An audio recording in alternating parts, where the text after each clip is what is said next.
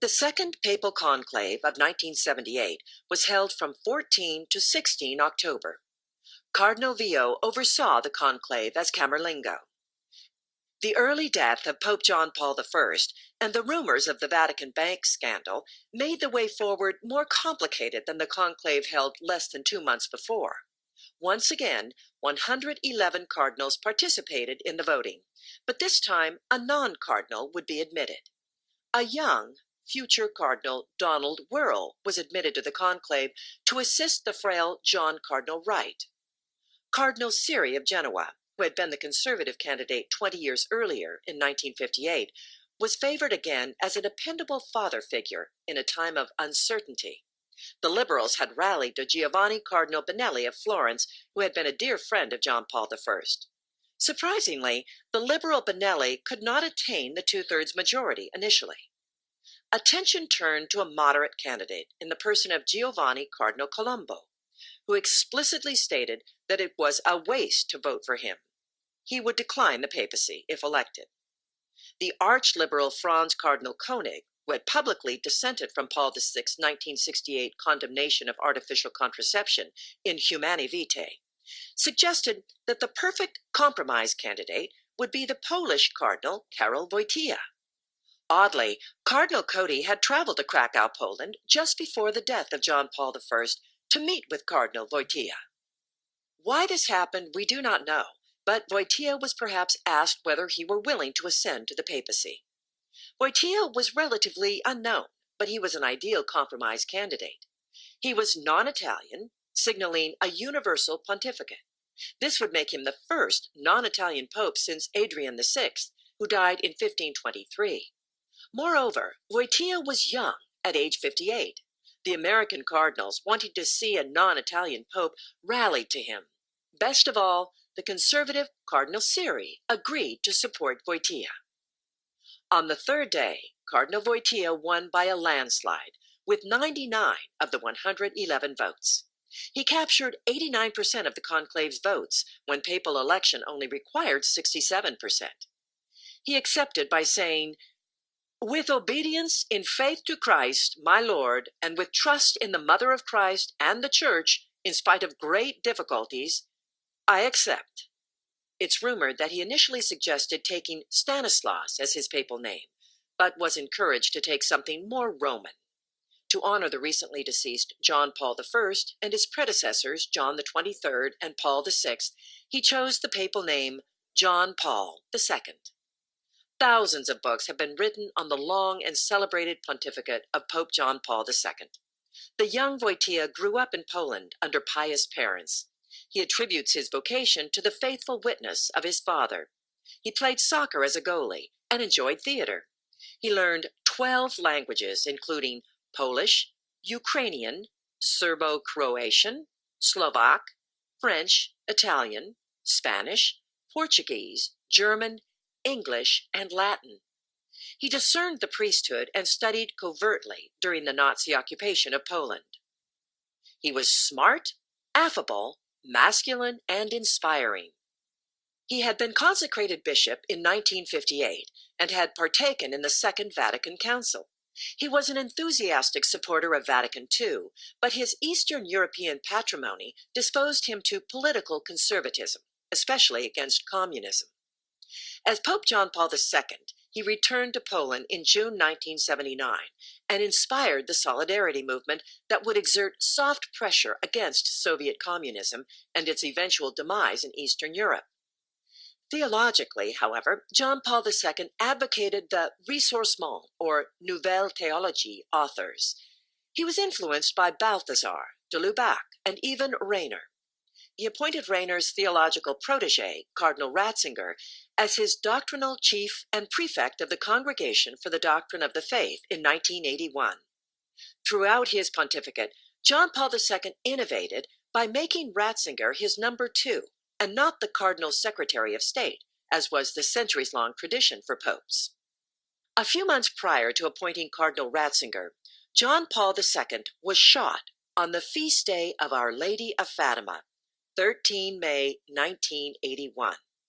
The Turkish gunman Mehmet Ali Agca fired 2 shots from his Browning 9mm pistol into the Pope's colon and small intestine.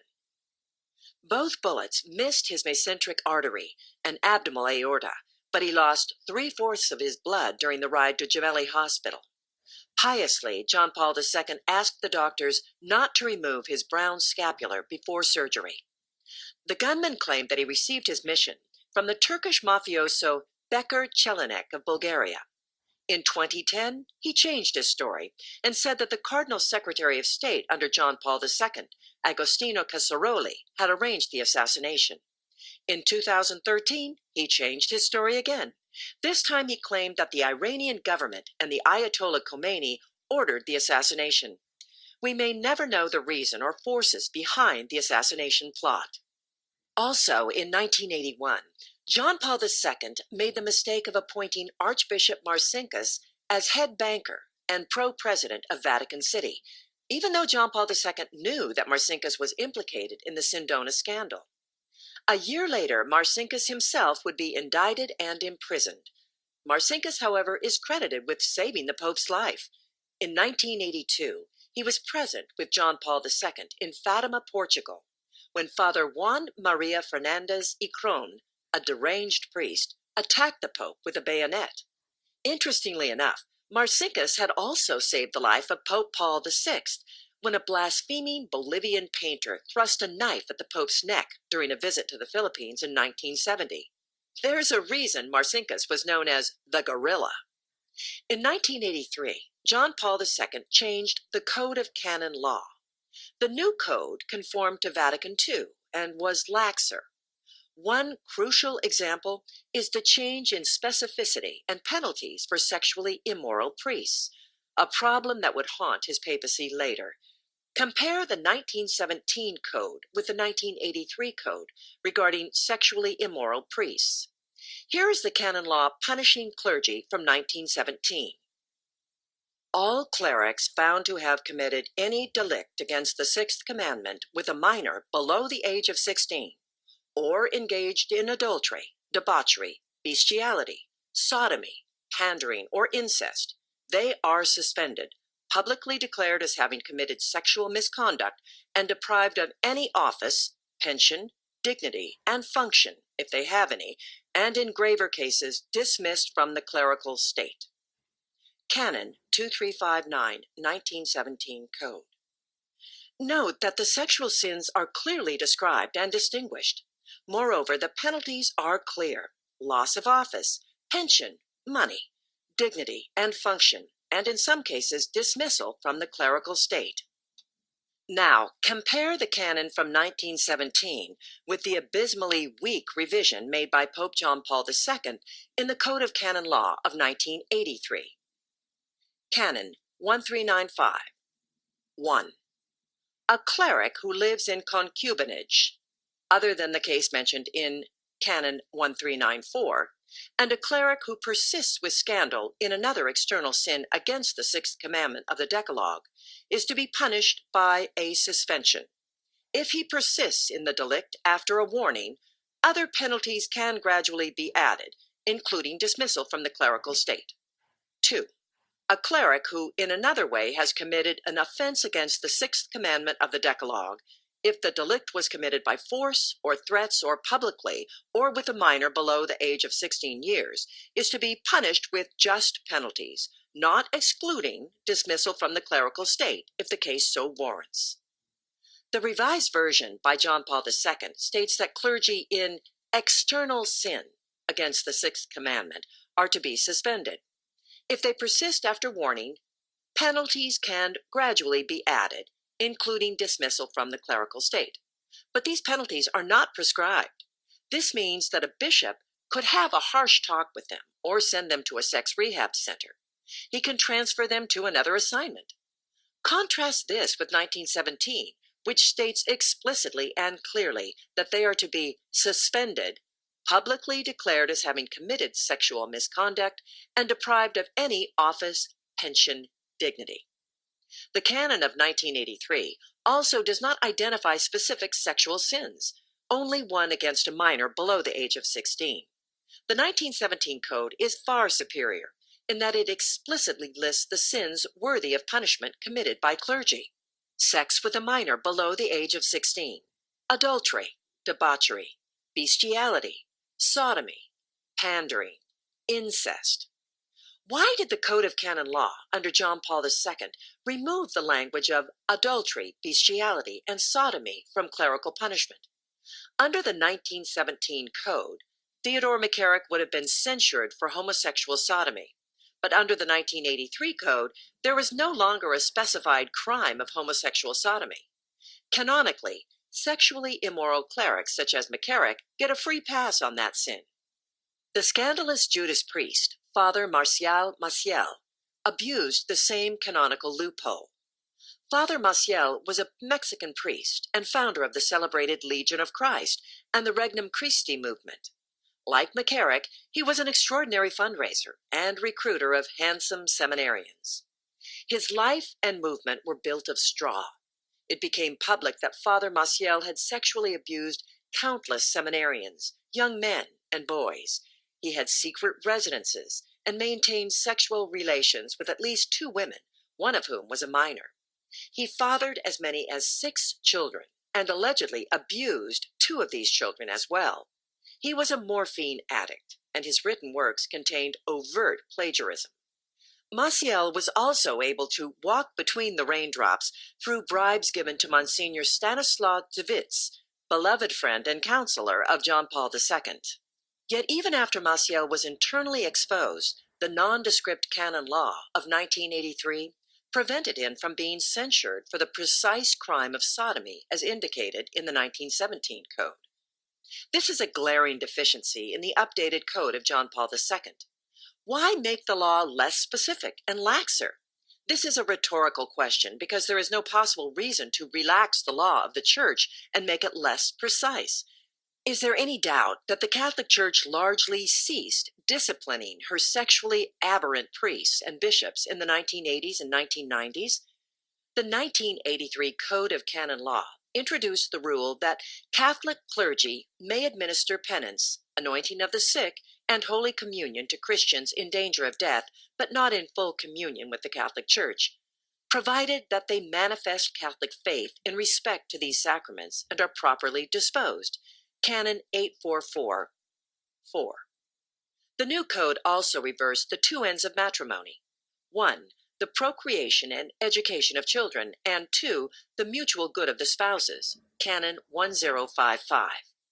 The 1983 Code introduced the canonical authority of the Conference of Bishops over a nation with quasi-jurisdiction over the dioceses therein.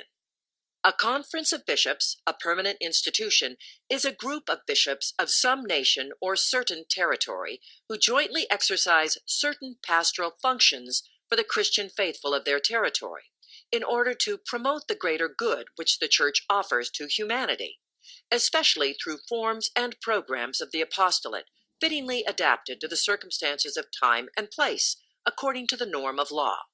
Canon 447. Also, in 1983, John Paul II changed the process for canonizing saints. Previously, a Catholic being considered for sainthood had to display heroic virtue that was examined and contested by a devil's advocate, who was tasked with finding all the dirt on the person in question. John Paul II abolished the devil's advocate. The entire process was transformed from a legal investigation into a theological study, in which the candidate's writings were examined. So the emphasis for sainthood was shifted from the person's historical acts to his personal beliefs. The years 1983 to 1986 marked the beginning of John Paul II's advanced ecumenism. By the end of 1983, John Paul II had become the first pope to preach inside a Lutheran church in Rome. In February 1984, he oversaw the new revision of the Lateran Treaty, which abolished the condition that the Roman and Apostolic Catholic religion is the only religion of the state. In May 1984, John Paul II sent particular greetings to the members of the Buddhist tradition who are preparing to celebrate the feast of the coming of the Lord Buddha. Days later, he visited a Buddhist temple in Thailand, removed his papal shoes, and sat down before an altar on which stood a large idol of Buddha. In June of that year, the Pope visited Geneva, where he participated in an ecumenical liturgy of the word with Protestants and affirmed that the Catholic Church's involvement in the ecumenical movement is irreversible. In 1985, he participated in an animist rite in Togo. In February 1986, he received the sacred ashes of the Hindu religion. In August of that year, he would be received by a synagogue in Rome. On 28 October 1986, John Paul II invoked and hosted the Assisi World Day of Prayer for Peace. In 1895, Pope Leo XIII had condemned a Congress of Religions held in Chicago. But less than a century later, the Pope of Rome was organizing and celebrating such an event. Pope John Paul II and his cardinals invited representatives from 32 world religions, including Muslim imams, Jewish rabbis, Buddhists, Sikhs, Baha'is, Hindus, Jains, Zoroastrians, Native American chiefs, and African shamans to pray with them for peace. This was the first time a pope prayed with members of other religions and sat with them on equal standing. Most scandalous of all was that the Tibetan Buddhist delegation, led by the Dalai Lama, were allowed to place an idol of Buddha on top of a Catholic tabernacle in the chapel of San Pietro, as reported by the New York Times. To this idol they burned incense within a Catholic church, with permission from the Pope. By an act of Christ our Lord, on 26 September 1997, the ceiling of that very chapel collapsed and destroyed the altar and the chapel where this sacrilege had occurred 11 years before. At the meeting, Pope John Paul II appealed to their deeper level of humanity. If there are many and important differences among us, is it not true to say that at the deeper level of humanity, there is a common ground whence to operate together in a solution of this dramatic challenge of our age? True peace or catastrophic war? In the closing ceremony, 2 American Indians of the Crow tribe, John and Burton Pretty on Top, stood before the Pope in their plumed headdresses and lit up their peace pipe, and the crowd responded with a great clicking of pocket cameras and then applause. 2 bishops violently objected to Pope John Paul II's participation in the 1986 Assisi meeting. Archbishop Marcel Lefebvre and Bishop de Castro Mayer publicly protested. Public sin against the unicity of God, the Word incarnate, and His Church makes one shudder with horror. John Paul has encouraged false religions to pray to their false gods. It is unprecedented and immeasurable scandal, an inconceivably impious and intolerable humiliation to those who remain Catholic, loyally professing the same faith for 20 centuries. For Archbishop Lefebvre and his priests in the Society of St. Pius X, the Assisi 1986 meeting was a bridge too far. Lefebvre was now 81 years old and growing frail. Concerned over apostasy in the church, and even committed by the Pope, Lefebvre began to make plans to appoint his successors. Despite his disappointment over John Paul II's participating in and encouraging pagan idolatry in a Catholic basilica, he did not fall into sedevacantism.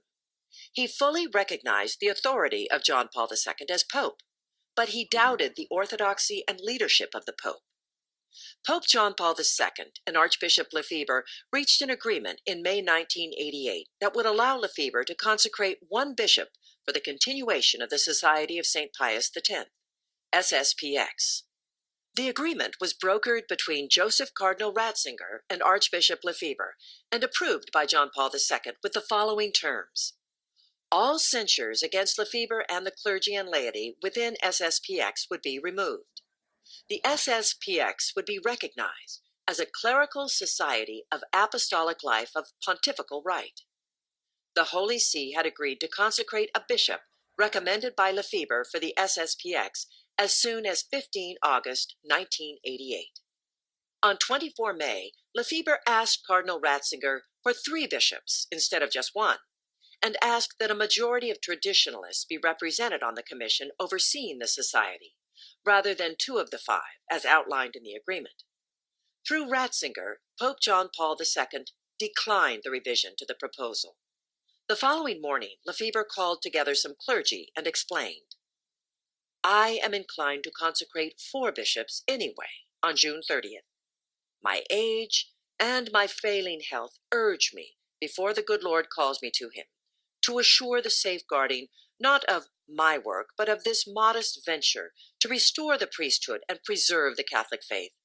I can do this giving the episcopacy to bishops who are free to make the faith live in a setting that is entirely cut off from modern errors." That same day, Lefebvre learned that Ratzinger rejected all the candidates that Lefebvre had put forward for consideration as bishops for the SSPX.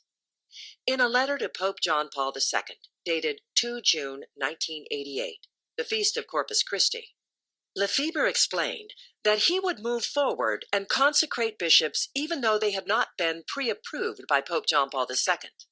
1 week later, John Paul II wrote Lefebvre, warning him that this would be a schismatic act. Archbishop Lefebvre and his priests and religious appealed to a state of ecclesial emergency in light of the scandals from 1970 to 1988. The papally sanctioned idolatry at Assisi in 1986, the new Code of Canon Law of 1983, the new process of 1983 for canonizing saints, the apparent abrogation of the Tridentine Latin Mass, the new liturgies for all 7 sacraments, the new ecumenism, and the heretical formation in most seminaries. Lefebvre invoked the Code of Canon Law, stating, "The salvation of souls must always be the supreme law in the Church." Convinced that he was operating for the salvation of souls, Archbishop Lefebvre consecrated 4 of his priests as bishops at the SSPX seminary at Écône, Switzerland on 30 June 1988. The next day, Bernardine Cardinal Gantin of the Congregation of Bishops affirmed Lefebvre's automatic excommunication. Monsignor Marcel Lefebvre, Archbishop, Bishop Emeritus of Toul, notwithstanding the formal canonical warning of 17 June last and the repeated appeals to desist from his intention, has performed a schismatic act by the episcopal consecration of 4 priests, without pontifical mandate and contrary to the will of the Supreme Pontiff, and has therefore incurred the penalty envisaged by Canon 1364, paragraph 1, and Canon 1382 of the Code of Canon Law. Having taken account of all the juridical effects, I declare that the above-mentioned Archbishop Lefebvre and Bernard Fillet, Bernard Tissier de Malloret, Richard Williamson, and Alfonso de Galarreta have incurred ipso facto excommunication latae sententiae, reserved to the Apostolic See. In the papal motu proprio Ecclesia Dei, dated 2 July 1988, Pope John Paul II confirmed Lefebvre's excommunication for having consecrated bishops despite the Pope's admonition not to do so. Lefebvre would die 3 years later on the Feast of the Annunciation, 25 March 1991, at age 85 in Martigny, Switzerland.